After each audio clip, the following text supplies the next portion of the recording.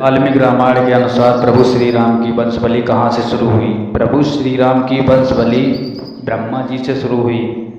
भगवान ब्रह्मा ने मरीचि को उत्पन्न किया था। ब्रह्मा जी से मरीचि हुए, मरीचि के पुत्र कश्यप हुए, कश्यप के पुत्र विश्वान थे, विश्वान के व्यवस्त मनु हुए, व्यवस्त मनु के समय में जल प्रलय हुआ था। व्यवस्त मनु के 10 पुत्रों में से एक नाम इक्ष्वाकु था। इक्ष्वाकु ने अयोध्या को अपनी राजधानी बनाया और इस प्रकार इक्ष्वाकु कुल की स्थापना की। इक्ष्वाकु के पुत्र कुशी हुए, कुशी के पुत्र विक्षी हुए, विक्षी के पुत्र बाण हुए, बाण के पुत्र अनाराय हुए, अनाराय के पुत्र पृथु थे।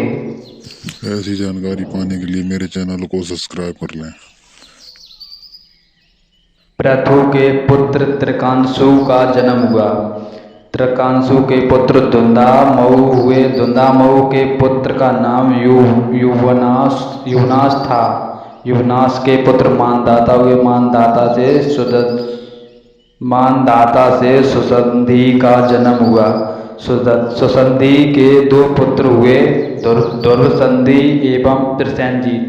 दुर्संधि के पुत्र भरत हुए, भरत के पुत्र असित हुए, असित के पुत्र सागर हुए, सागर के पुत्र का नाम असमंजस था।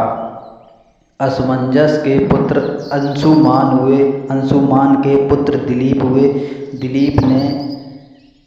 दिलीप के पुत्र भागीरथ हुए। भागीरथ ने ही अपने पूर्वजों के लिए गंगा माँ को पृथ्वी पर उतारा था। भागीरथ के पुत्र कुकुत थे।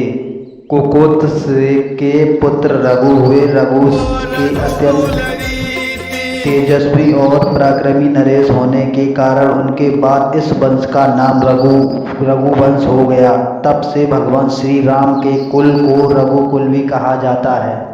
रघु के पुत्र प्रबुद्ध हुए। प्रबुद्ध के पुत्र संखण थे। संखण के पुत्र सुदर्शन हुए। सुदर्शन के पुत्र का नाम अग्निवर्ण था।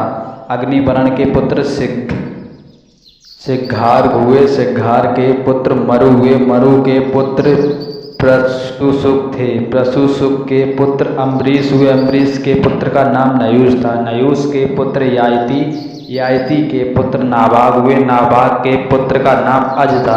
अज के पुत्र राजा दशरथ हुए। राजा दशरथ के 4 पुत्र थे, श्री राम, भरत, लक्ष्मण, शत्रुघ्न। इस प्रकार ब्रह्मा जी की 29 पीढ़ी में भगवान श्री राम का जन्म हुआ था। अगर जानकारी पसंद आई हो तो मेरी वीडियो को लाइक और सब्सक्राइब करें। जय श्री राम।